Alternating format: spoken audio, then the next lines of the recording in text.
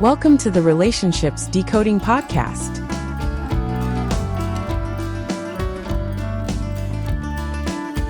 Hey everyone, welcome back.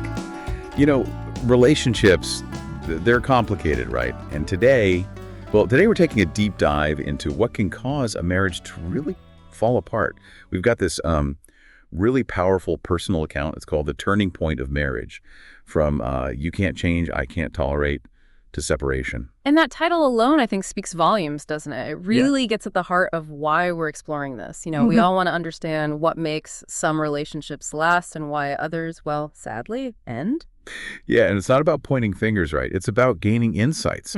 Insights from someone who's been through it, who's really dissected those moments, those shifts that can ultimately lead to, well, a separation, maybe even help us see things in our own lives a bit differently. Exactly. And this account, it's so raw, so honest. I mean, the author doesn't shy away from the tough stuff.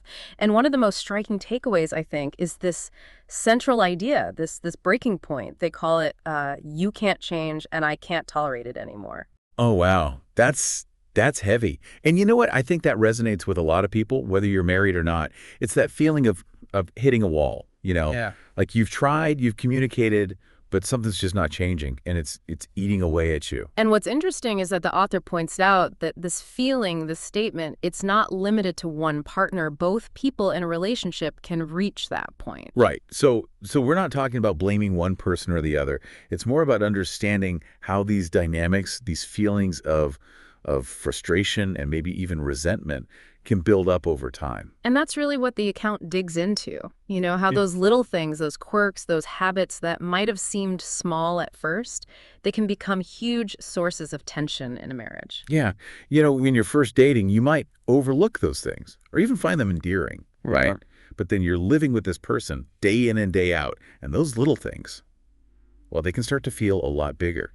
And what the account highlights is how damaging it can be when one partner just, ignores the other's requests for change.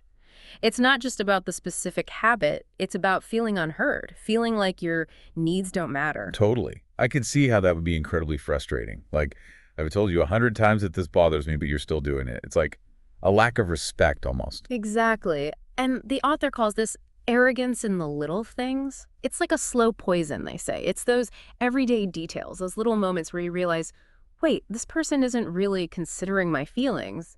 And that can chip away at the foundation of a relationship. Wow, arrogance in the little things. That's powerful. And it really speaks to the idea that marriage has to be a two-way street, right? It's about mutual effort, mutual respect. It can't just be one person giving and the other taking. Absolutely. And the account talks about this cycle that can develop. It's like you give, your effort is ignored, and then you just start to feel cold. Yeah, like why bother anymore? Right. And I imagine that can lead to some pretty ugly stuff, like those little digs, those snide remarks about each other's appearance or abilities. Oh, yeah. The account talks about that, too. It's like that intimacy, that safe space you're supposed to have with each other. It gets eroded by these little jabs. It turns into a battleground. And then it gets to this point, and this is where it gets really interesting, where the wife in this story, she chooses silence. But it's not just that she's not talking. It's deeper than that. It is, yeah. The author makes it clear that this silence, it's a deliberate withdrawal. It comes from a place of deep disappointment and a sense of, hopelessness, really. Like, what's the point of even trying to communicate anymore? Wow. That's heartbreaking. And they say that silence is one of the most dangerous killers in a marriage. It's a pretty strong statement. It is, but it makes sense, right? Because it's not just about the lack of communication. It's about the emotional distance that it creates. It's like you're living with a stranger. And that brings us to the next big theme in the account. Unbearable disappointment.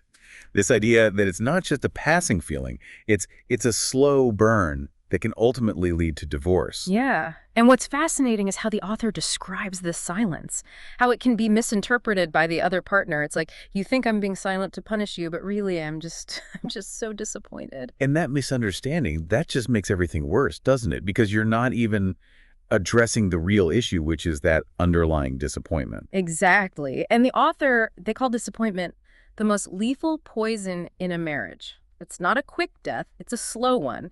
It eats away at the relationship over time. And it's really scary. The account mentions this statistic, that over 70% of couples don't actually repair communication after an argument. That's a lot of silence. It is, and Yeah. it goes back to those differing perspectives. The husband might think she's making a big deal out of nothing, while the wife is feeling like he just doesn't care. And then the silence just perpetuates that cycle, right? Because you're not talking, so you're not resolving anything. Right. And the author uses this analogy. They say, leaves don't turn yellow in a day, and hearts don't grow cold in a day. It's a gradual process. That's such a good analogy. It's like each time a grievance is ignored, each time a request is dismissed, it's like another little chip taken out of the relationship. And eventually, that silence, it becomes more than just a lack of communication. It's, as the author puts it, the death of emotion. Wow. And the wife in the account, she says, the passion I once had, that zeal, seems so unnecessary now. I mean, you can just hear the heartbreak in that statement. Yeah, it's like she's given up. She's exhausted from trying, and that feeling of wasted effort, that's really damaging. And it's interesting how the account talks about how those daily stresses, those trivialities as they call them, they can actually push those deeper emotional needs aside. Right. It's like you're so busy just getting through the day-to-day stuff that you forget to nurture the relationship itself. And then you get to this point where you're testing boundaries, but there's no response. You're trying to communicate, but nothing changes. And for some people, the only option left is divorce. And it's a last resort, but the author acknowledges that it can feel like the only way out when you've reached that level of disconnect. So where do you go from there? I mean, is there any hope for a relationship that's reached this point? Well, the account actually offers some potential paths to redemption. It talks about the importance of recognition and respect, recognizing those patterns, those arrogance in small details, and despair and silence moments.